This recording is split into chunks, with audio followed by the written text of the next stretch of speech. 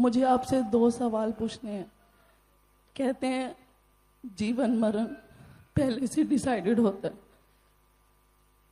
पर यह भी कहा जाता है कि अगर समय से पहले कोई चला जाए तो उसे अकाल मृत्यु कहते हैं। पर अगर भगवान डिसाइड करके भेजता है जाने का समय, तो समय से पहले कोई कैसे जा सकता है? और मेरा दूसरा सवाल, कहते हैं कि जब जाने वाला चला जाए तो रोते नहीं, क्योंकि वो नई यात्रा शुरू करता है और आपको उसे जाने देना चाहिए। पर जब कोई अचानक से आपके घर से चला जाए तो लोग आपको कहते हैं भूलो आगे बढ़ो, इसी का नाम जिंदगी है। आप नहीं भूल पाते हो। बहुत सुंदर प्रश्न है। क्या नाम है बहन आपका? पूजा। इसको तर्क पर तो उतारना बहुत कसौटी की बात है, पर प्रश्न बहुत प्यारा है। एक होती मौत, एक होती अकाल मौत। एक मृत्यु होती है। मृत्यु एक अवस्था के बाद, अवस्था के साथ होती है। जब व्यक्ति की बहुत अवस्था हो जाती है, मृत्यु होती है, तो उसको मौत कहते हैं। लेकिन एक होती है साधनों के कारण, दैहिक कारण, दैविक कारण या भौतिकीय संसाधनों के कारण कोई ऐसी घटना घट जाती है कि शरीर छूट जाता है, उसको अकाल मौत कहते हैं।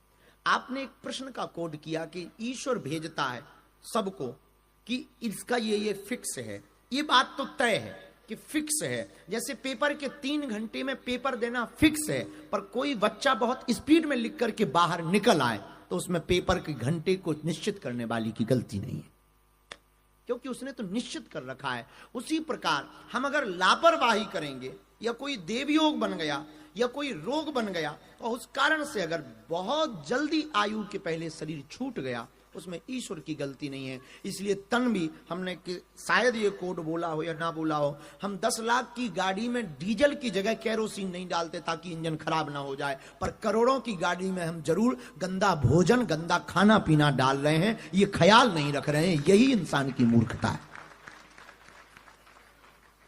तो इसको अकाल मौत कहते। दूसरा प्रश्न आपने किया कि जो चला जाता है उसको भूल जाना चाहिए, वरना उसको कष्ट पहुंचता। शायद ऐसे ही था। देखिए, संसार में सब कुछ भूला जा सकता है, और भारत को और दुनिया को भूलने की बहुत बेहतरीन आदत है, और भूल ही जाते हैं लोग। कुछ लोग हैं जो भूल करके भी भूल नहीं पाते हैं। और बात ये नहीं है कि आपके याद करने से वो वापस आएगा, पर लोग और शास्त्र और ऐसा मत कहते हैं कि हम बार बार किसी को याद करें तो उसकी आत्मा आकर्षित होती है, अतृप्त रहती है, फिर वो पुनर्जन्म की यात्रा में बाधक हो जाता है, थोड़ा देरी से पुनर्जन्म होता है। इसलिए जीवन में आना जाना एक क्रम है, यहाँ कोई परमानेंट नहीं है। सब कुछ छूटता है, तन का कपड़ा भी छूटता है, एक दिन तुम्हें भी छूटना है। इसलिए हमको ईश्वर की गति मान करके आगे बढ़ देना चाहिए, इस बात को ही मानना चाहिए। धन्यवाद।